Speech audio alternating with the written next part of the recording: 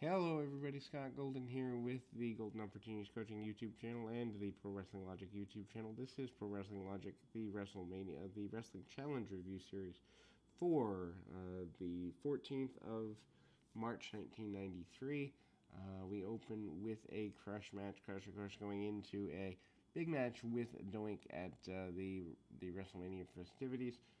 Crush going against his adversary here, and immediately getting a pretty big pump with a 5 or 6 reps of a military press slam over his enhancement talent adversary here, which happens to be none other than, in this case, Larry Ludden.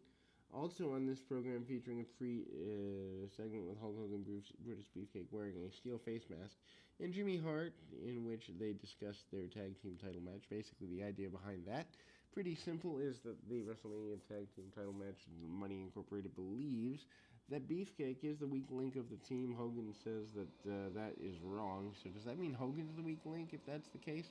Anyway, and says that if he's hit the face with the briefcase with the titanium, then it's not a big deal. Hogan also puts over the fact that Beefcake is tougher than tough, having head plates and screws and all this other stuff put in his face, going into things, and that the mask is indestructible. WrestleMania report, and there's an announcement of Razor Ramon facing Bob Backlund this week, also featuring a vignette that requires me to get my phone. We'll be back in 2 shakes of a lamb's tail here in just a second or two. And again, at the end of the day, it's a pretty basic run there. When we kind of get to a place where, this time of the run is here, Crush getting, he does the cranium crunch after a couple of very basic maneuvers, and then, Hulk Hogan talking about the indestructible nature of Mr. Beefcake's new apparatus. Jim Powers returns. Powers here through sometime in '94, facing off against Bam Bam Bigelow. Bigelow coming back and pretty well has one of his better matches coming up in the next few months at the King of the Ring with Bret Hart. Bigelow never really catches on with the WWF in either of his runs in a huge way, although he was positioned to be a major force to Hulk Hogan in 1987-88, but it didn't come together. Powers having difficulty getting things at a positive way, and ultimately clotheslines and crossbody by Powers. Powers again manages to hit the crossbody, getting a near fall, but Bigelow takes him to the goes to the outside, hits the top rope headbutt, and gets the victory there. Doink and Randy Savage again. Doink questioning Savage wearing a mask, ironic because of the nature of the run that is. And then the Steiner brothers plugging their upcoming series of matches with Money Incorporated, talking about being the best wrestlers in the world and basically wanting to win the tag team championship. Jerry Lawler also says he's coming to Memphis coming to Madison Square Garden from Memphis to have his first in series of matches.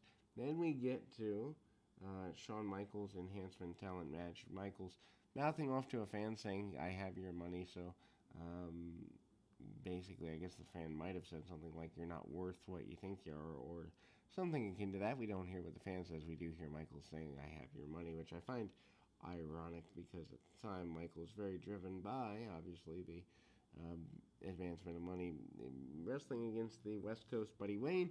Michaels defeats him in 258 with a super kick after opting not to hit the side suplex. During the bout, Tatanka cuts an insert promo about facing Michaels at WrestleMania in what ends up being the best match on that particular WrestleMania show.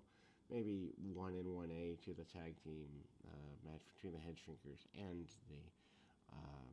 the Steiner brothers. Anyway, we move forward into Michaels, with the slide through the clothesline off the apron and other basic things. As mentioned, hits a couple of super kicks as a victory. Shawn Michaels 93 to 95, probably, well, 93, 96, probably in his prime.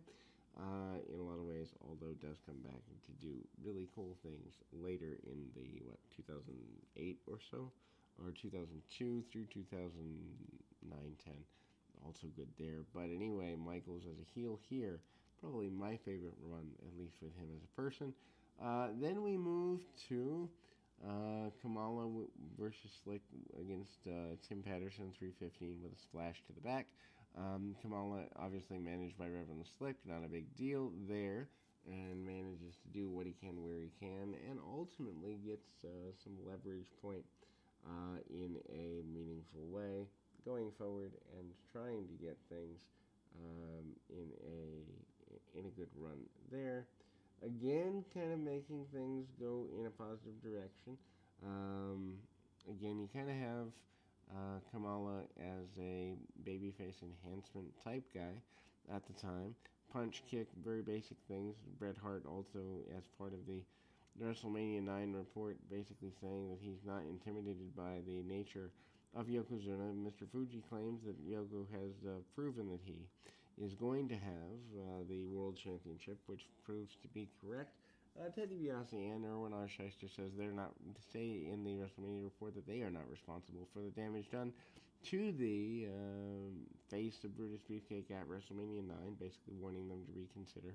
Undertaker promises to bury the Giant Gonzalez as we move forward there. Then, kind of, the Kamala match, a complete squash, and Kamala by this point really is less impactful and important than he used to be, but it is what it is as far as that's concerned. Then we see a retake on the original Mr. Perfect vignettes, which he's, hitting baskets from behind and being completely valuable and perfect. Kind of a resurge of his push here in 1993. A.K.A. Razor Ramon coming out next, and Ramon still in the midst of his first push at the time. He's in an enhancement match, and he basically completely dominates as one would expect him to do in a match like that. That moves forward from or into his complete dominance there, and ultimately, it's kind of where it is, and that becomes Razor Ramon defeating Brian West, 320, Razor's Edge, the fall-away slam, the choke slam, and a couple of shots in the corner and the back suplex from the second rope on the inside are all signature spots of Razor that are used here. We will be back with more right after this.